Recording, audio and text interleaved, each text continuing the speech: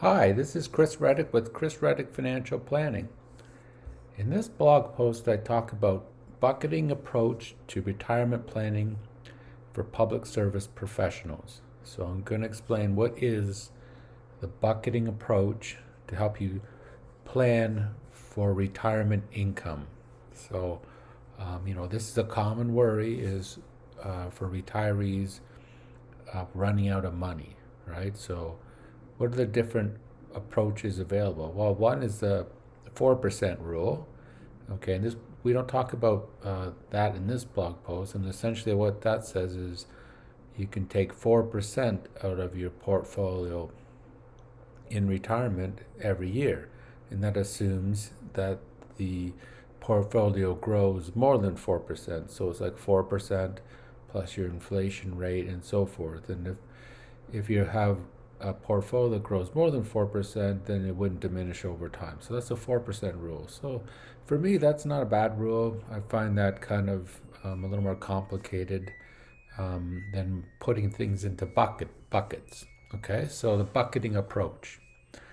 All right, so I'll give you a simplified example. So you look at the bucketing approach into three buckets, right? Three buckets. So bucket one is for more short-term cash or cash equivalents. So the idea here is you put money in a bank in a money market or high yield savings or short-term CDs, certificates of deposits, or even short-term treasuries, and you get an interest rate. So depending on what the prevailing interest rate is, and you don't lose any principal, right? So there's not a loss of principal, right? So this is for more short-term needs.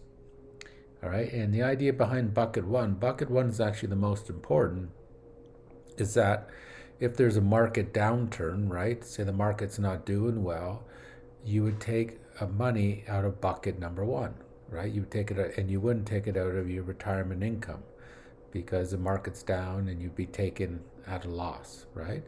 So for bucket one, you would typically have about 12 to 18 months of living expenses, right? So a bear market may last up to 18 months or so, a year to 18 months. So during that time, you would get money from bucket one. So bucket two is more medium term goals, so 2 to 5 years. So say you want to remodel your home, you want to do other types of bigger ticket items.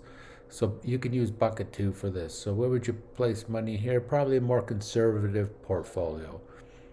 So mostly bonds, less equities, right?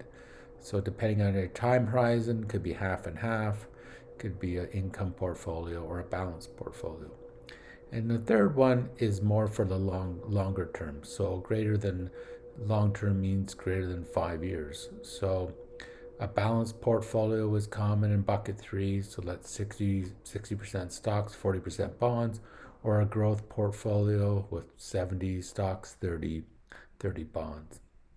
Okay, the bulk of your retirement money would actually be in bucket number three.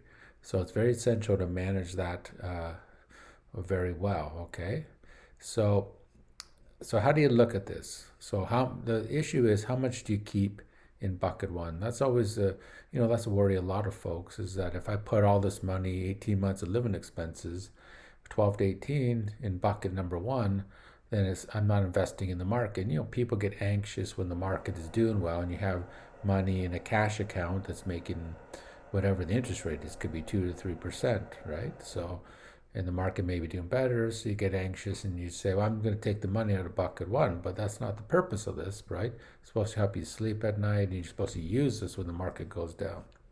All right, so how does this relate to public service professionals? Well, there's a unique twist here. If you're a public service professional, you might have a pension, right? So if you do have a pension, this reduces the amount that you have to put into bucket one because you have more guaranteed income that comes in monthly, right? So it can reduce the amount you actually have to put into it, right? So it can really work well with those that work in public service careers with pensions. Okay, so I hope you enjoyed this bucketing approach to retirement income planning. If I can be of service, please reach out on the contact below. Thank you.